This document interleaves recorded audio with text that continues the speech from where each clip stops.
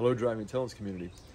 One of my playlists is called Don't Replace It, Fix It, and it's where I find things that people throw away that are either still good or slightly broken and they can be repaired. We live in this disposable society, and I'm not sure why people would rather throw things in our dumps, fill up our landfills, instead of taking them to places like Goodwill or just fixing or repairing them themselves.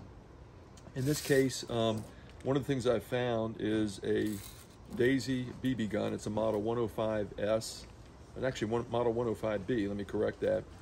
And when the person threw this in the trash, it's actually in perfect condition. They included all the parts that they taped to it. So why would you throw it in the trash with all this together? Maybe they were hoping somebody would find it and reuse it. And again, it's amazing what people throw away. I found all kinds of things in there like garage fans, ceiling fans, vintage lamps. So in this video, I'm going to take this apart and fix it. I've never done this before. I've done some reference on how to repair it, and most of the repairs are how you remove the internal assembly that shoots the BB, but nothing on how to repair the trigger. I'm going to take this little bag of parts and figure it out, and we'll reassemble this and see if it shoots. I found a BB gun like this. There was a piece of wire through here holding the stock on it. Whoever threw it away did a great job preparing it for the future owner if it didn't end up crushed in the metal recycle. But here are all the pieces, and you can see two broken pieces here that allowed the trigger, which is still good, to fall out. But again, all the pieces are there, but it's not repairable. This part is not repairable. So I went on eBay and I found a full trigger assembly used and delivered for $9. So I'm going to pull the stock off and see how this inserts into the main portion of the rifle.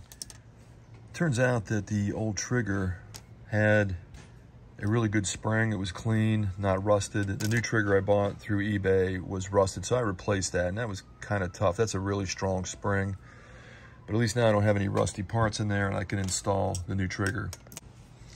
Stock pulls out easily after that screw is removed, and actually there's another screw in the top. That's this long wood screw. And then I took the screw out that holds the cocking mechanism in, and now that gives me access to look straight down the barrel, or from the back end of the rifle, the stock end, to see how the new trigger will go in. All right, again, since I've never worked on one of these before, what I wanted to do was to mock line up the trigger on the outside to see how it would fit in here. So this little brass bushing here is going to line up with that screw hole, and you can see that it's in a perfect location for the cocking mechanism. The trigger's perfectly located. And I also assume with this serrated portion of the trigger that it has to be on the bottom of whatever's in here. So to get this in, you have to take off the cocking mechanism, and we're going to slide it with this pointed down going in to get it underneath all the assembly in there.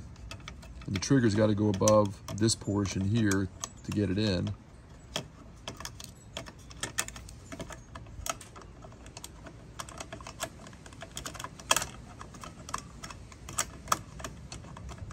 Will go in.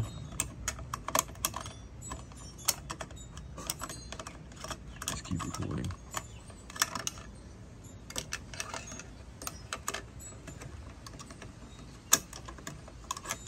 All right, there we go. So now the brass bushing is lined up with that hole, and the trigger is in the proper location. So the first thing I want to do is put one of these screws back in. I guess I should have shown how that was removed before, but we'll take a Phillips head and just gently tighten that. I don't want to fully tighten it yet before I put everything back together. And now we're going to put the cocking mechanism back in, line up that hole, and the short screw goes here. We'll gently lock that, or tighten that, not lock it. All right, that's in place.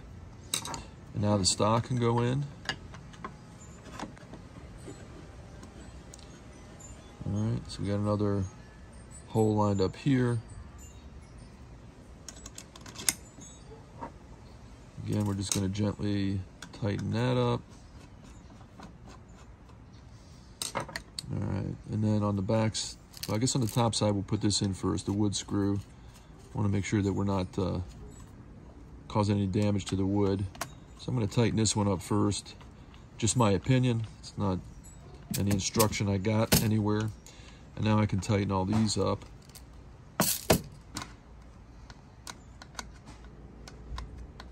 And get it in there.